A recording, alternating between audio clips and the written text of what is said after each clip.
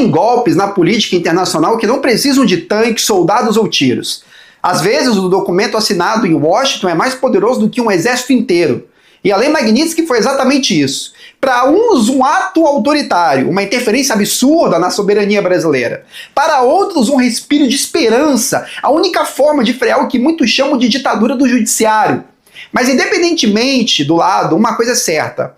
Essa lei expôs o Brasil de um jeito brutal. Mostrou ao mundo que a nossa crise institucional é tão profunda que até uma potência estrangeira achou necessário intervir. Bom, eu sou o Queiroz, do Instituto Zarael.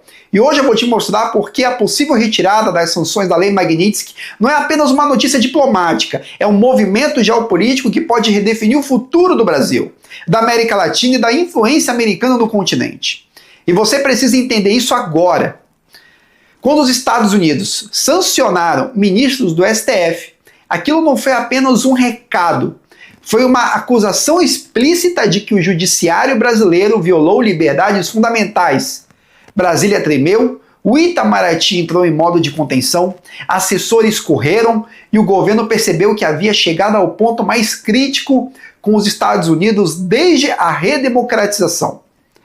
Mas agora, nos bastidores, e eu falo de conversas sérias, murmuradas entre diplomatas, militares da reserva, jornalistas experientes e gente que realmente entende o jogo, algo muito maior está em andamento.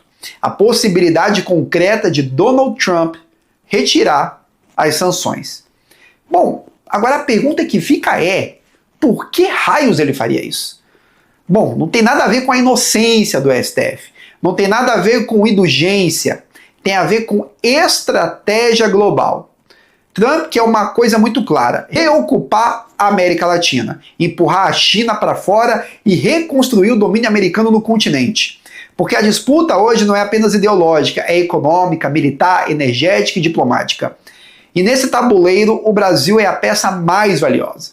Há uma frase clássica atribuída a Nixon, dita há décadas: para onde o Brasil vai, a América Latina vai também. E essa frase nunca foi tão verdadeira quanto agora. Trump quer pressionar Maduro, está cercando a Venezuela, quer reorganizar a região. E para isso ele precisa do Brasil, precisa de Lula, que é o líder mais influente da esquerda latino-americana. Precisa do peso geopolítico brasileiro, precisa pacificar a relação com o país para que acordos possam acontecer. E não existe pacificação enquanto a Suprema Corte brasileira estiver marcada como violadora de direitos humanos. Então sim, a retirada da Lei Magnitsky está sendo tratada como moeda diplomática. E tem mais. Nada disso explica a parte mais estranha dessa história. O comportamento de Eduardo Bolsonaro. Quando a Magnitsky foi aplicada, ele comemorou como se fosse o triunfo moral do século. Mas agora que se fala em retirar as sanções, ele silenciou. Nenhuma indignação, nenhuma revolta, nenhum discurso inflamado. Nada. Quase como se estivesse esperando isso acontecer. Quase como se soubesse nos bastidores de algo. Quase como se tivesse sido avisado. Quase como se fosse parte de algo maior. E aí surge a pergunta incômoda. Será que ele ficou em silêncio porque essa reaproximação é útil para o próprio bolsonarismo? Será que a retirada das sanções facilita a vida do sucessor escolhido, Flávio Bolsonaro, ao estabilizar relações institucionais? Será que isso encaixa perfeitamente com o novo tabuleiro em que Lula organiza o jogo interno? Trump tenta reorganizar o externo e o STF ganha um salvo-conduto internacional? O silêncio de Eduardo não parece neutro, parece calculado, parece que ele sabe que, sem essa retirada, nenhum diálogo entre as forças internas seria possível. E isso explica por que a temperatura política caiu tão rápido. Explica por que tanta gente parece tranquila. Explica por que a retirada das sanções não gerou escândalo algum entre aqueles que deveriam estar em chamas. E aqui está a parte cruel dessa história.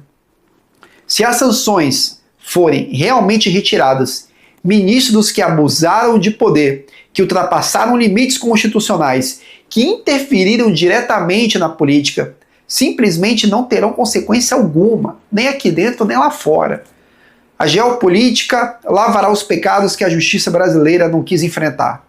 E para quem acredita em liberdade, responsabilidade, Estado de Direito, isso é devastador. No fim, fica claro que a política internacional não tem amigos, tem interesses, tem alianças temporárias, tem trocas, tem jogadas. Trump precisa do Brasil, Lula precisa dos Estados Unidos, o STF precisa de credibilidade internacional e todo mundo ganha alguma coisa, menos o povo brasileiro.